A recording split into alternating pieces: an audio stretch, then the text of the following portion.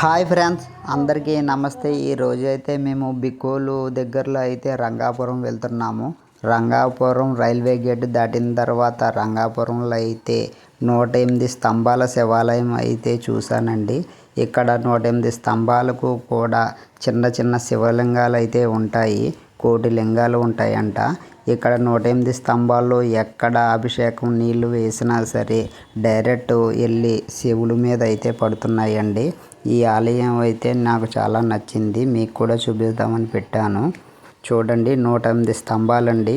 స్తంభాల దగ్గర చిన్న హోల్ అయితే ఉంటుంది. అందులో మనం వాటర్ వేసినా పాలు వేసినా ఏం వేసినా సరే డైరెక్ట్ అక్కడ స్వామివారి దగ్గర అయితే పడుతుంది. ముందుగా అయితే వినాయకుడు, అలాగే స్వామివారు, వెంకన్న బాబు, అమ్మవారు కూడా ఉన్నారండి ఇక్కడ. ఈ ఆలయం అయితే చూడటానికి చాలా బాగుంది. వీలైతే మీరు కూడా చూడండి.